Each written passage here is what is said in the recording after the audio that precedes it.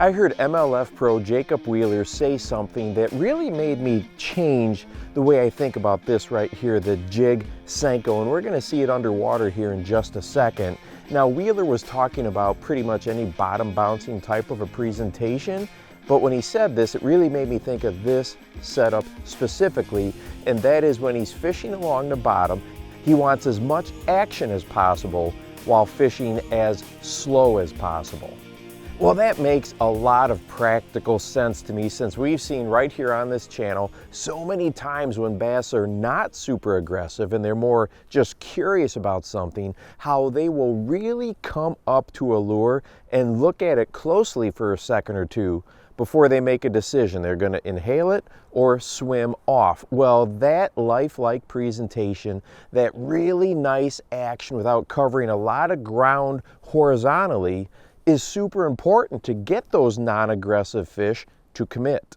And I really think the mistake that I have had in the past, and I'm guessing probably a lot of you out there have done the same thing, is that we think about this Jig Senko as really just another variation of a wacky rig instead of a jig with a horizontal trailer. And there's a big difference in our approach when we think about it that way, because quite honestly, when you're using this as a wacky rig variation, and even with this small jig head here, this is just a 1/4 ounce bitsy flip jig that I took the skirt off of. Even with this tiny little 1/4 ounce weight, when this falls vertically through the water column, there's not that shimmy that we like so much on a weightless wacky rig. So when we think about it as just another wacky rig variation, a part of the wacky rig that's so important to us doesn't really happen with this. And if you're using a heavier weight,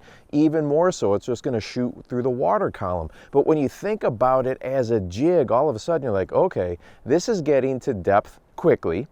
And then once it's down there on the bottom, now we have got that ability to move it very, very slowly, but yet still have quite a bit of action. When we've got the horizontal trailer on here, that left to right, the ends of the stick bait do a lot of movement without hardly anything done to the rod by us. So when you take a look at this Jig Senko down here and see it moving along the bottom, you quickly see what I'm talking about. So in this footage right here, I'm just stitching it along. So I've got my hands up here, you know, by the rod and reel, and I've got my fingers on the line, and I'm just stitching it like this. And you can see what it does to the lure. It looks extremely lifelike. And then when we compare it side to side with a jig, you see that with this stitching motion, it is not so much the trailer that has that real nice action to it, although it is scooting along fine. It's the skirt of the jig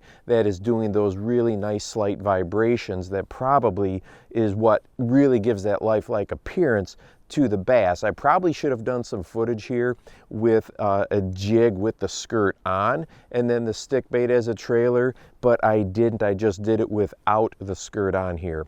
So we can see when we're stitching it, the horizontal, the 5-inch trailer has got a lot of action to it. And then you know that I love to just reel bottom bouncing baits. Just do a reel, a drag is what I call it, and let it scoot along the bottom. And when you take a look at it under the water here, once again, it just has a lot of action without moving very far horizontally or laterally when we work it very slowly. Now, of course, this is not going to be something that I'm using as a searching type of a lure. I'm going to think of it in that jig mindset, more of a target-oriented lure, you know, docks, laydowns, standing timber, you know, isolated weed beds, whatever, those types of things, real target-oriented stuff, and then be under the mindset that as it falls, you know, fish notice it, they're curious, they come up and look at it, and then it doesn't take much by me to give it nice lifelike action. And here's the part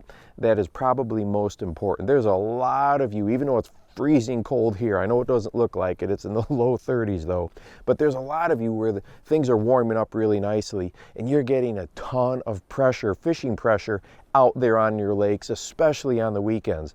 Well, this is something different. I don't know about you. I just don't see a lot of people doing this. And on those bodies of water that just get so much fishing pressure, sometimes it is that slight difference, that slight variation that's going to get you more bites. I know I have not given this as serious of an effort or as serious of a go that I really should have in the past, but I'm really looking forward to this season spending some more time with this, with the mindset of it being a jig with a horizontal trailer as opposed to another wacky rig type of a setup. And hey, speaking of rod movements, if you would like to watch a video that shows synced video on a split screen of what we're doing with a fishing rod and how it can really change the presentation of your lure down there in the bottom, go ahead and check this one out right here. And make sure that you go out and encourage someone today. You never know how you might just change their life. For the Bass Fishing Life, I'm your host, Steve Rogers.